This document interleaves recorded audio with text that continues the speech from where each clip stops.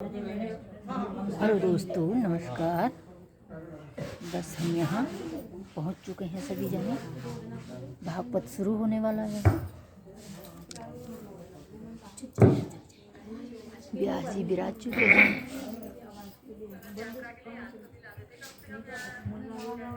ये मथुरा से आए हैं। बस कथा प्रारंभ होने वाली है दोस्तों। मैं आपको सुनाती रहूँगी, आप बने रहिएगा मेरे ब्लॉग में।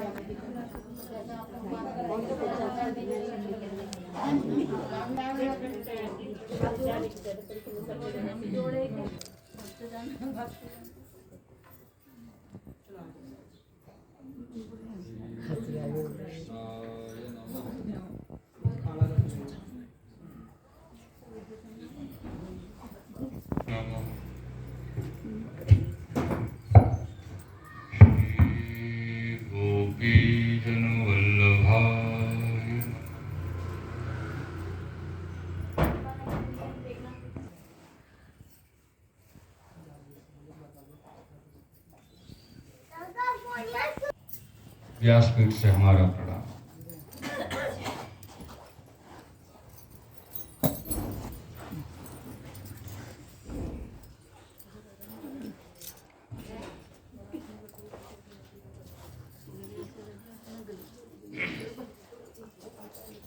आज आपके यहाँ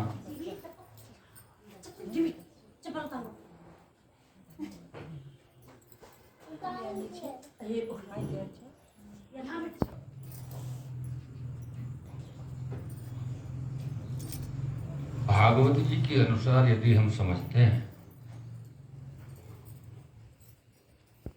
तो मेरे प्रियजनों, जन्मांतरे भवेत पुण्यम, कि आपके पास पैसा है तो आप भागवत कथा करा ले रहे हैं, ऐसा नहीं होता है।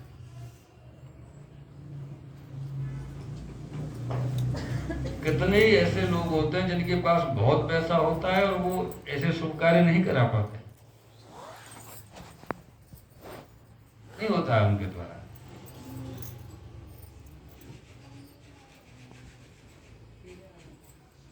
लेकिन यहाँ भागवत जी कहती है जन्मांतरे भवेत पुण्यम, अर्थात जब जीव के अनेक जन्मों के पुण्य उदय होते हैं, शुभ कर्मों का फल उसके प्राप्त होता है, तब श्रीमद् भागवत जी की कथा उसके यहाँ होती है। ये भागवत जी का मूल स्वभाव और प्रभाव। मेरे प्रियजनों,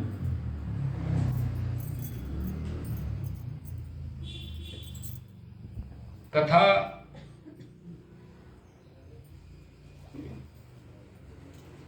युग के अनुसार कालांतर के भेद से कथा का स्वरूप भी थोड़ा सा बदल गया है। उसमें भी एक विशिष्ट बात यह है, श्रीमद् भागवत जी कहती हैं वैष्णवा नाम यथा संभव। पंडित जी ऐसे नहीं, ऐसे सीधे हमारी तरह मुंह करके बैठो।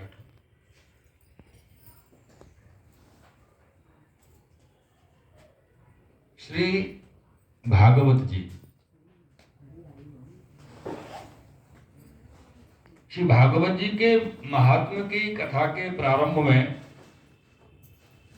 श्री सूत जी महाराज बड़ा सुंदर निवेदन, विनती, मंगलाचरण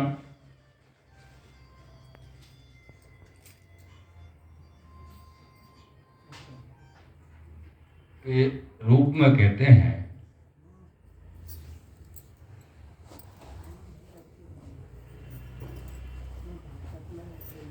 श्री सूत जी महाराज आज्ञा कर रहे हैं,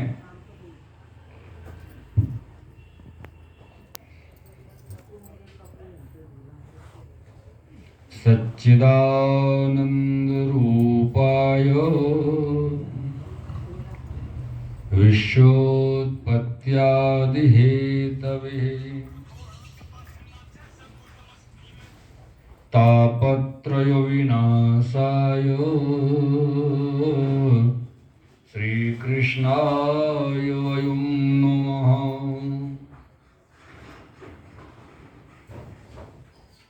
यहाँ भगवान को नमस्कार किया गया है। और श्री सूत जी कहते हैं सच्चिदानंद रूपाय। श्री ठाकुर जी का स्वरूप कैसा है? सद चिद आनंद जिनका स्वरूप है। सद चिद और आनंद। सच्चिदानंद रूपाय विश्वोत्पत्त्यादि हेतवे। विश्व की उत्पत्ति के जो कारण है, तापोत्रय विनाशाय, जो तीनों प्रकार के जीव के ताप को विनाश करने में, नष्ट करने में सक्षम हैं, ऐसे श्री कृष्ण को हम नमस्कार करते हैं। श्री कृष्णाय वयं नमः।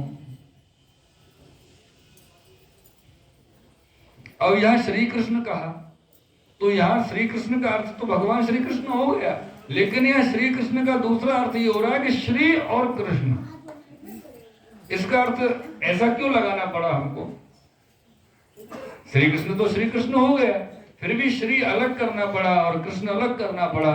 इसका कारण ये हुआ कि यहाँ पर लिखा श्री कृष्णाय वयं।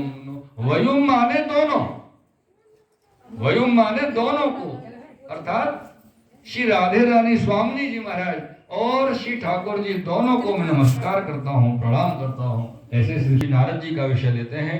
यहाँ पर कहा जाता है एक दिन श्री नारद जी महाराज अचानक किसी कार्य से स्वर्ग पधारे, देवताओं से मिलने के लिए, इंद्र से मिलने के लिए।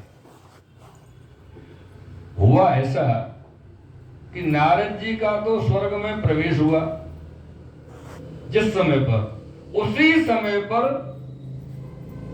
शनकादिक ऋषि स्वर्ग से वापस आ रहे थे और दोनों दरवाजे पर, स्वर्ग के दरवाजे पर ही मिल गए, शनकादिक ऋषि और नारद जी।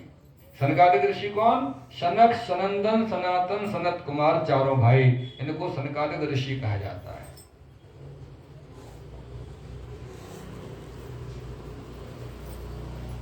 ये ऐसे ऋषि हैं कि हजारों और लाखों वर्ष की जिनकी उम्र होने के बावजूद भी वो सदैव कौमारी अवस्था में ही विचरण करते हैं।